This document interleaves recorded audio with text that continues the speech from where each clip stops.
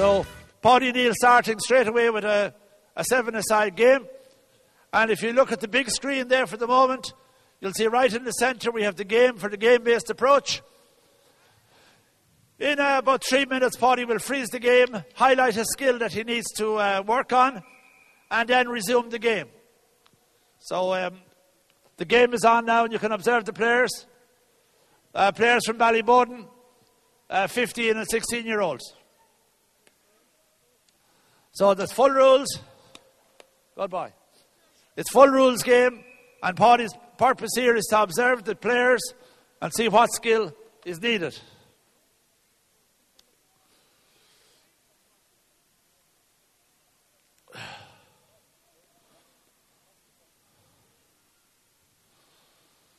So Paddy is using this as a warm-up as well, just to get the players into the flow of the game.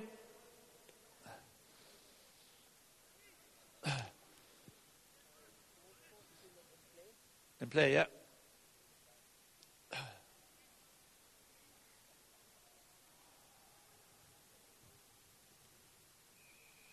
That's a great goal. The ball is on, the game is on.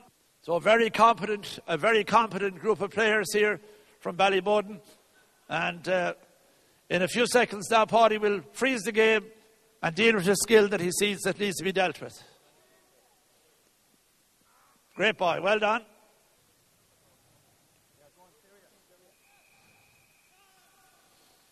Okay. So now we have our first intervention. So Paddy will take the mic here and explain the purpose of the game. With that there, we warmed up inside. We played a little game there like that just to get the lads. Lads want to play a game. It's their big need to play a game. So we now freeze the game. We'll do a little intervention. Looking at that there wasn't much blocking and tackling. It was a bit too loose. So we're going to do 90 seconds now of aerial blocking to get them tuned for it. And then we'll go back into a tightened situation, a new game in a second, right? Okay, boys.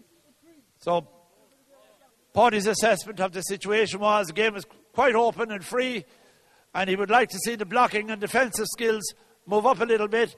So he's going to intervene for 90 seconds now and help the boys, assist the boys in their blocking. Again, everybody is fully involved. Paddy is familiar with these boys. He has them in the club, and he understands that they're well confident.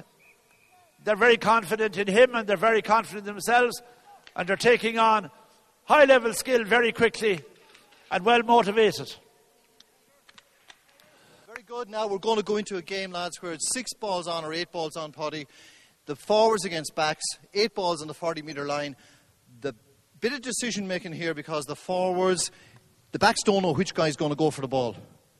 So there's a bit of decision making, but what we're looking for is a bit of a blocking exercise. Now there may be only 1 or 2 blocks in the next 2.5 minutes, but it's kind of realistic game stuff as well. Is that all right? Outstanding. So there'll be 8 balls across the middle of the field. The forwards will take 1 ball at a time in no particular order, keeps the backs on their toes, and the backs are trying to execute a block. And as Paddy says, even if they only get 3 blocks, well, that prepares them for the demands of the game. So here's ball 1. So good cross ball. The Blues are trying to score.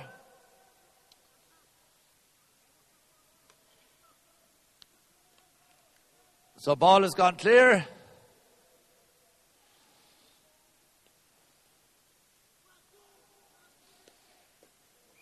Great score.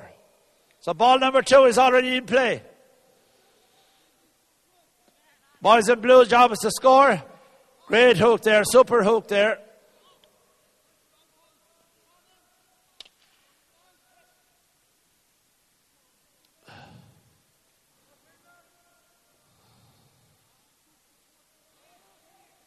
So ball number 3 is coming. We don't know where it's coming from. The attack is random. All players on their toes, well focused.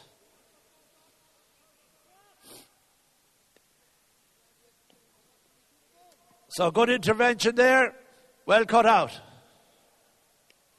Physically the game is very severe. The decision making is top quality. The options are there. And we have two more balls to go. Oh, brilliant block. Marvellous block there. Next ball, lads. Next 6 balls or 8 balls we're going to play. We're going to tighten the pitch.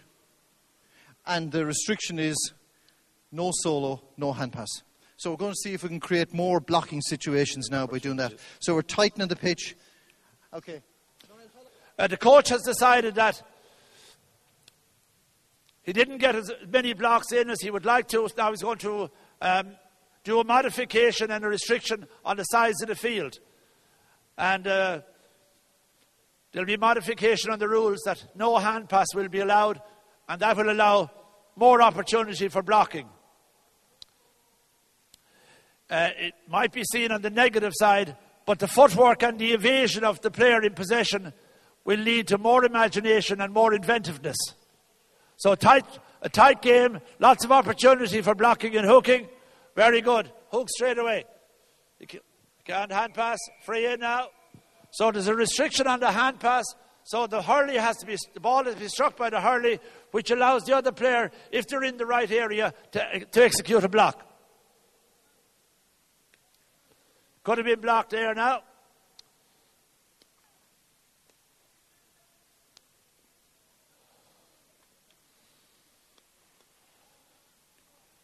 And if the coach has the players for the round of the year, there'll be many, many interventions.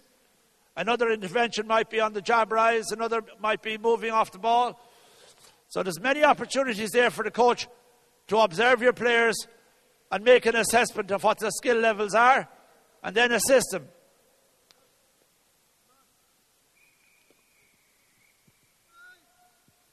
So a very intensive 90 seconds there again, Paddy. Yeah, just as I say, it was about probably a minute and a half again, wasn't it, Niall? Oh, it was 2.5 minutes there, but they're going hard like for the 2.5 minutes. Yeah. And we were getting a few more blocks, and there was a lot more tussling and bodily contact, and it's taken a little bit out of the lads, but they'll be fine. Good. There was good effort there. Those 3 or 4 blocks that you got there, they could be the crucial ones in match situations. Right, what we're going to do next is we're going to go back into a very basic one, the ground blocking.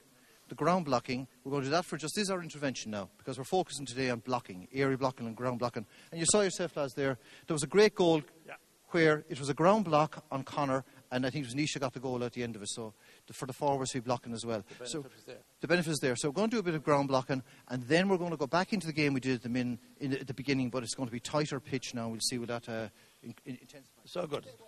So Paddy's concentrating on the skills that sometimes people don't seem so attractive, and very often boys are left out in games, and they don't have the self-protection or the confidence to go in for those tackles, so they're not ready for the demands of the game.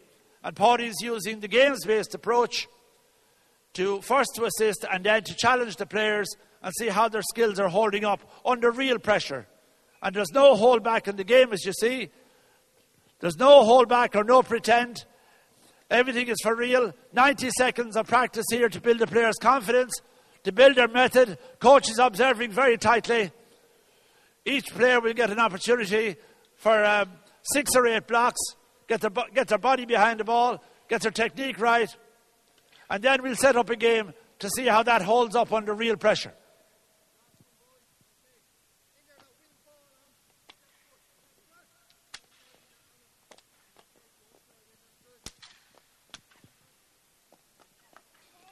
So coach is happy now that each player has the rudiments of the skill, their confidence is there, that they feel safe and protected, and now the game will test the skill.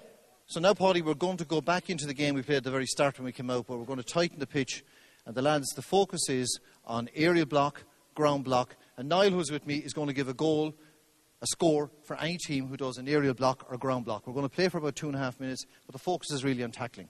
Very good. Okay. So in order to make the negative skills attractive, Paddy's given a goal for a ground block or a goal for an aerial block, as well as the ordinary goal from play. So it's a restricted field now. There'll be ample opportunity. And this will be a test of players' confidence as much as anything. What level of confidence they have in their ability to keep themselves safe. Ground block now, could be there. Good boy.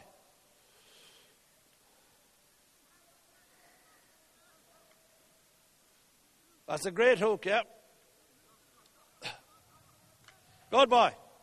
So you see boys now running at different angles, changing the pace of the game, shifting their angle all the time. So while one team is absolutely committed to blocking, the other team is learning evasion as a byproduct of the whole thing. Another great hook there. That's a goal.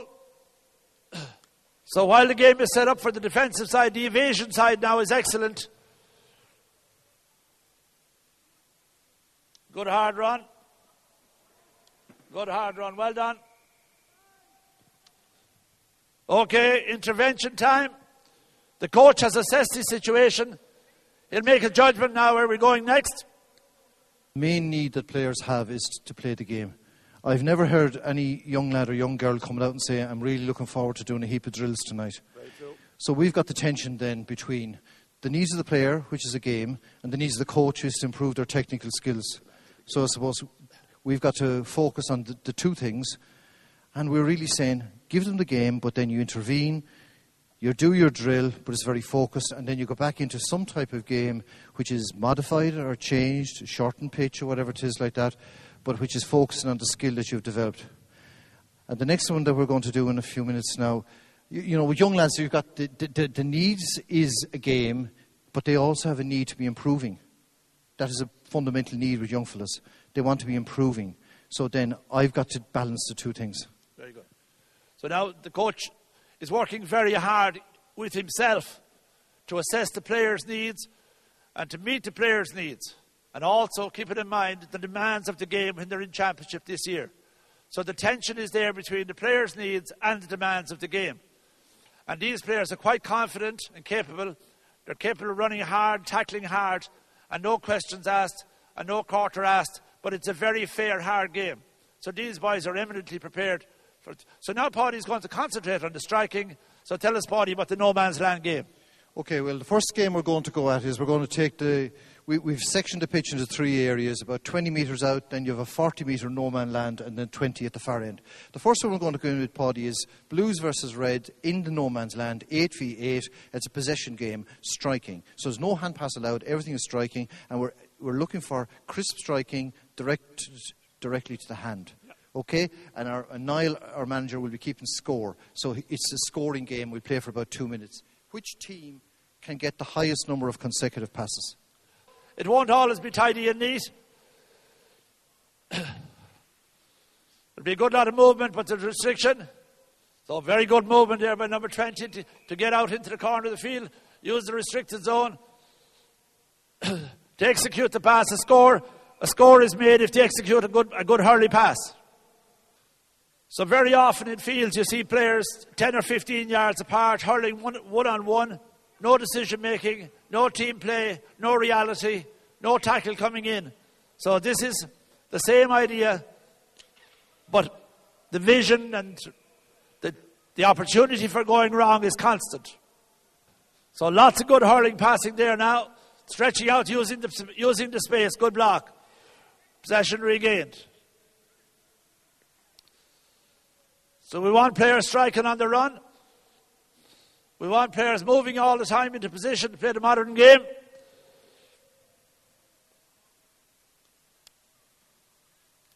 Possession conceded again. Blues and ball. Can he get his shot away? Now, Paul, you saw yourself there. People can see that 7, I think, was the most consecutive passes that we got there. Okay, going to ask the lads. Owen, anything that stopped us getting more? Lads not moving for the ball. Lads not moving for the ball. Okay, anybody else there? Brian Mack, anything that stopped us getting more? Just our touch. Let us down a bit. Like the passing wasn't great into the hand, and then I didn't get the hand, I was dropped. Okay. These lads are only back training a couple of days now, they did a long Christmas, but they're getting there. Okay, what we're going to do now, we're going to do a no man's land game where we are going to do practice striking and precise striking. Okay, the idea here is that Alan is playing against Brian. There's a no man's land. Alan is trying to put the ball into Brian's area. It's like tennis. If it hits the ground in Brian's area, it's a point for Alan. If he lands in no man's land, it's a point against Alan. That's the idea. Just play for a couple of seconds, right? For a minute. Okay. All right, nice one. Okay. Come on, Mac. Have to come back on that one. Right, make a run right up to the cone. Okay. Now watch it. Well caught, Floods. Go away, Flood. Come on, lads. Goodbye, Mac. Well caught. Drive it. Oh, that's got Flood. Oh, yes. The full rigours of the game there. There'll be 8 players at each end of the field. Fully competitive. The boys are testing themselves against themselves. So it's a full test of power and accuracy there. And we'll see how they cope. So there's decision making there, where we'll place the ball, who will strike to, how high we'll put it, how hard we'll put it, and how many catches will be executed. And the gap in the centre there is 60 yards, so they're very, very good strikers of the ball. And the byproduct there is catching will be the big byproduct of that exercise. Now, what we're going to do, Paddy, is we're going to go 8 versus 8 back as we were earlier now. But the condition is this. It's the 8 versus 8 in the centre, no man's land. But if the ball hits the ground, if I'm hitting the ball to Owen and he's on my team, if the ball hits the ground, I shout turnover, which means a ball hits the ground, the other team gets it. So there has to be very precise striking. Lads, watch the catching. Okay, so Paddy is going back to his games-based approach all the time, using the game to teach the skill. And with the pressure of the situation, they're perfectly capable of, because he has taken those since they were 10 years of age, and he knows they're perfectly capable. If they were a new team to you, you may have to start a little bit more steady than that. So there'll be constant movement, ball struck from hurley to hand. So brilliant vision there.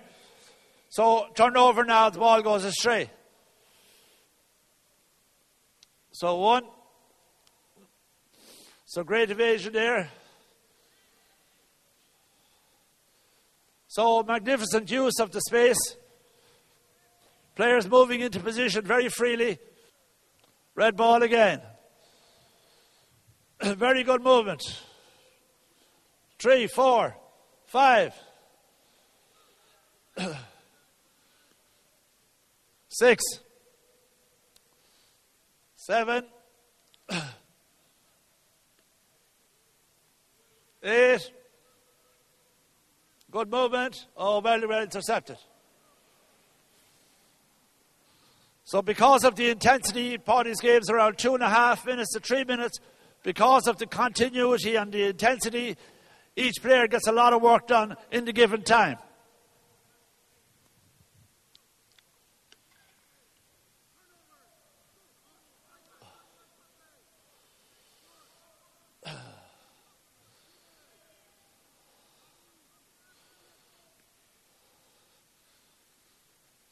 So again, like Eamon Ryan, do we criticise the player whose pass went astray because he took a higher risk? But you won't find Paddy Neal or Eamon Ryan criticising players who take risks. They're the players with the imagination. Later on, they're the players who will open up defences. They're great lads. They've top-class attitude. And what I think is, again, very important probably for club people to remember is these are club players. There was only 2 of them in the county panel this year. But they're good guys. And what we'll be trying to do is, I suppose, not focusing so much. If we win stuff, we win stuff. But really focusing on keeping the lads together and producing a few senior hurlers every year. And these are good lads. The next thing we're going to do now, Paddy, is we're going to do a bit more on the striking. And we're going to have 4 lines of lads, and they're striking a precise ball, 40, 50 metres. And this exercise, I have to credit it to my friend Eamon O'Shea in Tip.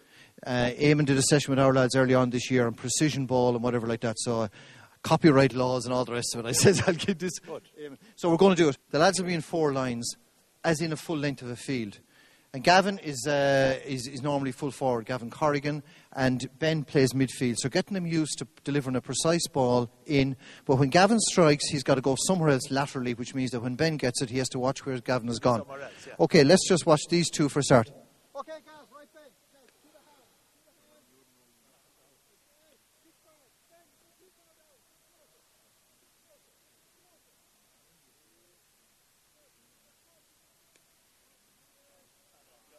Brilliant striking. So awareness of each other, the trajectory of the ball, the power of the ball, the pace of the ball, and the direction of the ball. Because in a given situation in a club game, 4 or 5 of the forwards might be completely marked up. And can we find the one that's free? So they all have great trust in each other, great trust in their coach. They've been well catered for. You can see how much empathy Paddy has for his players there. They're putting in the maximum effort. He continually says what good people they are, what good players they are. And you won't hear any negatives. You won't hear any negatives out of himself or Eamon Ryan.